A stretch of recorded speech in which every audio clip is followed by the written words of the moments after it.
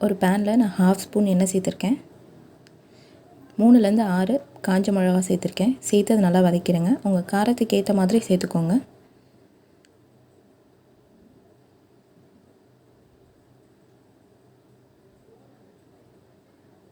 இஞ்சி பூண்டு பொடியாக கட் பண்ணி சேர்த்துருக்கேன். பூண்டு 4 பல் எடுத்திருக்கேன். இஞ்சி ஒரு 1/4 பீஸ் எடுத்து பொடியாக கட் பண்ணி சேர்த்துருக்கேன். நல்லா வதக்கிடுங்க. நீங்கள் மீடியம் அல்லது லோ ஃப்ளேமில் வச்சு வதக்குங்க, இல்லைன்னா டக்குன்னு கருப்பாயிரும் உங்களுக்கு. புளி இந்த சைஸ் அளவு சேர்த்துருக்கேன். ரொம்ப புளி சேர்க்க வேணாம், கம்மியாகவே சேர்த்துக்கோங்க. சேர்த்து அதை நல்லா வதக்கிடுங்க. துருவின தேங்காய் 2 ஸ்பூன் சேர்த்துருக்கேன். சேர்த்து அதை நல்லா வதக்கிடுங்க. நீங்கள் மீடியம் இல்லை லோ ஃப்ளேமில் வச்சுக்கோங்க, இல்லைன்னா தேங்காய் கருகிரும். ஸோ அதனால் நல்லா வதக்கிடுங்க. அது கோல்டன் ப்ரௌனாக நீங்கள் வந்ததும் நீங்கள் கருவேப்பிலை சேர்க்கலாம்.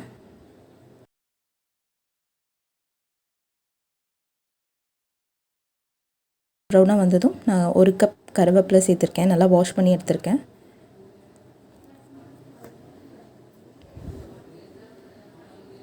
சேர்த்து அதை நல்லா வதக்கிடுங்க. உங்களுக்கு அடிப்பிடிக்கிற மாதிரி இருக்கும், அப்பப்போ நல்லா கிளறி விட்டுருங்க.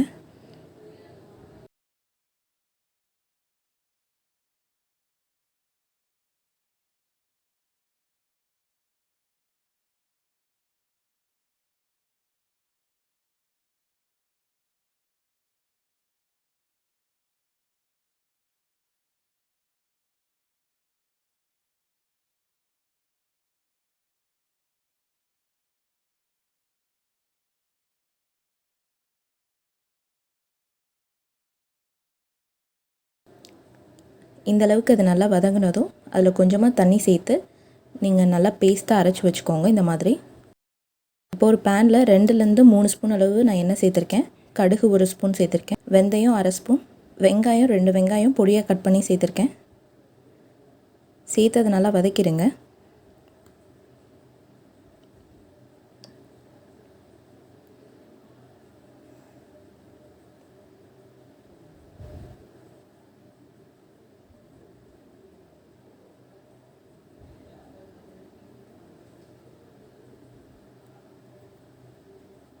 இது நல்லா வதங்கினதும் நான் அரைச்சி வச்ச பேஸ்ட்டை இப்போ சேர்த்துட்டேன்.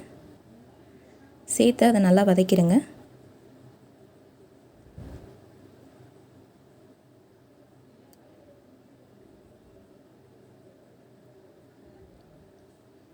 நான் ஜாரில் கொஞ்சமாக தண்ணி சேர்த்து அதை மிக்ஸ் பண்ணிவிட்டு இதில் சேர்த்துருக்கேன். சேர்த்து அதை நல்லா மிக்ஸ் பண்ணி நல்லா வதக்கிடுங்க. அதோட ராஸ்மெல் போகிற வரை அது நல்லா குக் ஆகணும். 2லேருந்து 3 நிமிஷம் வரை குக் ஆகட்டும். அப்போ தான் அதோட ராஸ்மெல் எல்லாம் போகும். தேவையான அளவு உப்பு சேர்த்துக்கோங்க. மிளகாத்தூள் நான் 1 ஸ்பூன் சேர்த்துருக்கேன். உங்களுக்கு வேணும்னா ஸ்கிப் பண்ணிடுங்க. காரம் அதிகமாக எடுத்துப்பீங்கன்னா நீங்கள் சேர்த்துக்கலாம். கொஞ்சமாக மஞ்சத்தூள்,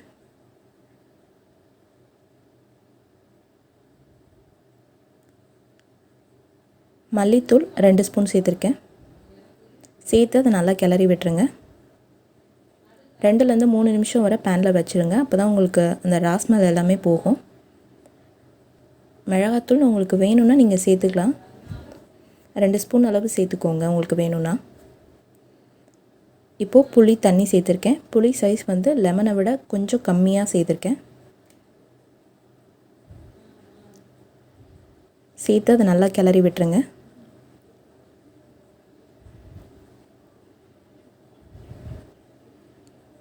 அது நல்லா கொதிக்கணும். ஓரளவு உங்களுக்கு திக்காக இருந்தால் தான் டேஸ்ட்டாக இருக்கும். ஸோ நல்லா கொதித்ததும் நான் திக்காக வந்ததும் சர்வ் பண்ணிடலாம்.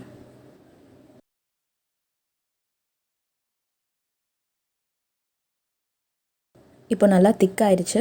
உங்களுக்கு இவ்வளோ திக்காக வேணாம் அப்படின்னா நீங்கள் கொஞ்சம் தண்ணியாகவே இறக்கிடலாம். நான் இந்த கன்சிஸ்டன்சியில் இறக்கிட்டேன். இப்போ நீங்கள் சர்வ் பண்ணிடலாம். இந்த ரெசிபி உங்களுக்கு பிடிச்சிருந்தா உங்கள் ஃப்ரெண்ட்ஸுக்கும் ஷேர் பண்ணுங்கள், லைக் பண்ணுங்கள், சப்ஸ்கிரைப் பண்ணுங்கள். தேங்க்யூ.